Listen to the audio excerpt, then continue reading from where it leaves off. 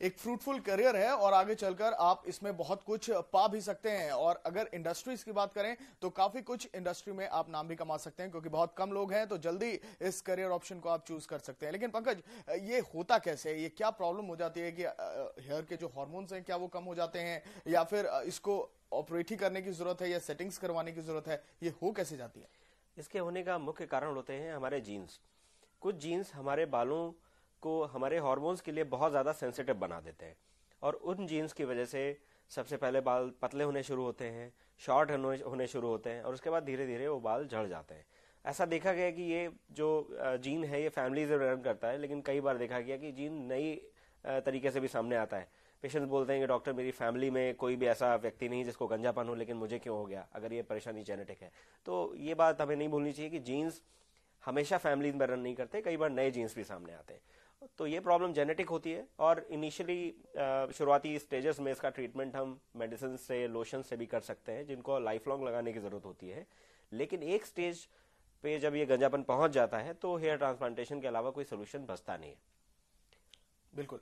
मैं कॉलेजेस की भी आपसे बात करना चाहूंगा कि अगर एमबीबीएस के तो वैसे बहुत सारे कॉलेजेस होते हैं, लेकिन अगर कोई फोकस्ड हो और इस क्षेत्र में आना चाहे हेयर ट्रांसप्लांटेशन, तो आगे की सीढ़ी है, लेकिन डर्मेटोलॉजिस्ट बन के उसके बाद अगर वो अलग से कहीं कुछ कोर्स करना चाहे, तो क्या हमारे देश में इस तरह के कॉलेजेस या इंस्टीट्यूट्स अवेलेबल हैं?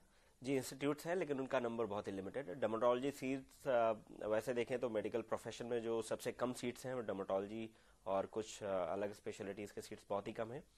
डर्मेटोलॉजी भी all India institute of medical sciences, PGI Chandigarh और सीएमसी वेलोर, ये 2 या 3 कॉलेजेस हैं जिनकी डर्मेटोलॉजी एक्चुअली में वर्ल्ड क्लास है, रेपुटेड है।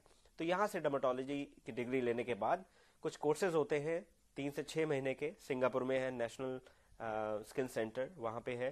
थाईलैंड में कर सकते हैं आप कोर्सेज, अमेरिका में कर सकते हैं। International association of hair restoration surgeons, या उसको ISHRS बोलते हैं। तो ये अपने स्पेशलाइज्ड मॉड्यूल्स देते हैं हेयर ट्रांसप्लांटेशन के लिए, जिनको करके आप एक सक्सेसफुल हेयर ट्रांसप्लांट सर्जन बन सकते हैं। सर्जन बनने के बाद कितना पैकेज उम्मीद की जा सकती है कि आप कमा सकते हैं, या फिर इसके अलावा कहां कहां से आपके कमाई के साधन बनते हैं ये करने के बाद? जी, बहुत ही अच्छा सवाल पूछा।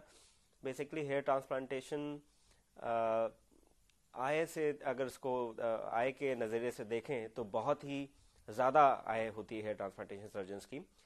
आप अंदाज लगा सकते हैं कि एक हेयर ट्रांसप्लांट का जो खर्च है वो 1 से 3 लाख रुपए के बीच में होता है, और अगर हफ्ते में 2 ट्रांसप्लांट आप करते हैं तो ऑन एन एवरेज आप 12 से 15 लाख रुपए कमा सकते हैं।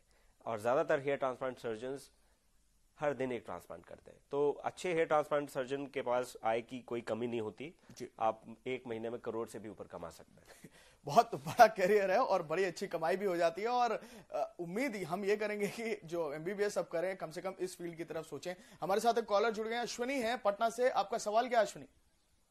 मैं जानना चाहता हूँ कि इंडिया में कहाँ बेहतरीन ढंग से उपलब्ध है ये। आपका सवाल, आपकी आवाज ठीक से नहीं आ रही है, एक बार फिर दोहराइए। ये भारत में कहाँ अच्छे तरीके से हो पा रहा है, उपलब्ध है ये ट्रांसप्लांट, हेयर ट्रांसप्लांट? सब ये जानना चाहते हैं। ये जनरल प्रॉब्लम है, लेकिन इसकी तरफ कोई देखता नहीं है। डॉक्टर पंकज, कहाँ कहाँ होता है ये? हर मेडिकल कॉलेजेस से पढ़ाई जरूर की जाती है, लेकिन ये होता कहाँ कहाँ है? कौन कौन से ऐसे अच्छे इंस्टीट्यूट्स हैं, या फिर कौन कौन से सेंटर्स हैं जहाँ पर ये सर्जरी होती है? आपका सवाल ट्रेनिंग से है, या पेशेंट को अगर कराना है तो कहाँ करा सकता है?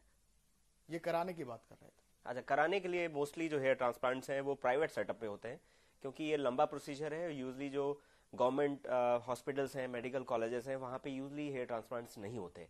तो अगर आप हेयर ट्रांसप्लांट कराना चाहते हैं तो मेट्रोज में अभी ये सुविधा बेस्ट तरीके से अवेलेबल है, जैसे city skin centre new Delhi में, और डॉक्टर तनेजा हैं मुंबई में, उनसे आप करा सकते हैं। डॉक्टर राजपूत हैं मुंबई में, वो बहुत अच्छे हैं।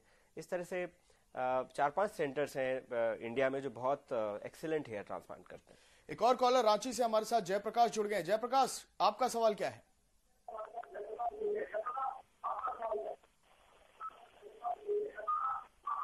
जयप्रकाश जी, आप तक मेरी आवाज पहुंच रही है?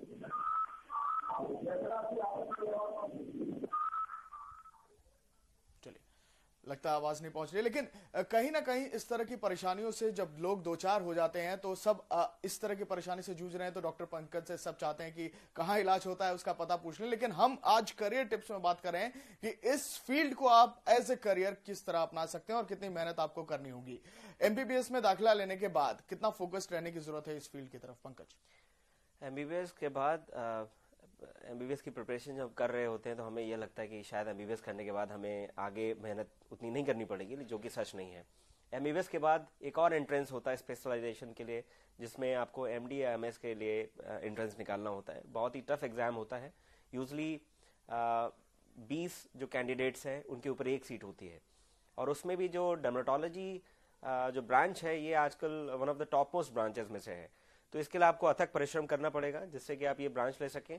आप जनरल सर्जरी भी ले सकते हैं, और इसके बाद आप अपने करियर को फोकस करें हेयर ट्रांसप्लांट पे। आप अपना कोर्स कंप्लीट करें और उसके बाद यूनिवर्सिटीज में हेयर ट्रांसप्लांटेशन की ट्रेनिंग के लिए अप्लाई करना शुरू करें। लगभग 6 से 9 महीने का वेटिंग पीरियड होता है आपको वहां से कॉल आने के लिए, और ट्रेनिंग फीस भी काफी ज्यादा होती है क्योंकि ये लुक्रेटिव करियर है, इसमें आय भी ज्यादा होती है। तो कम जितनी भी यूनिवर्सिटीज हैं बाहर की, चाहे वो सिंगापुर की हो और थाईलैंड की हो या यूएस की हो या यूरोपियन यूनिवर्सिटीज हो, उनके चार्जेस भी थोड़े से ज़्यादा होते हैं। लेकिन चार्जेस के बावजूद अगर आप पहले से अप्लाई नहीं करेंगे तो आपको कोर्स में एडमिशन नहीं मिलेगा। तो इसके बाद आप इसमें अप्लाई करें, कोर्सेज सीखें और इंडिया में आके ट्रांसप्लांटेशन शुरू करें।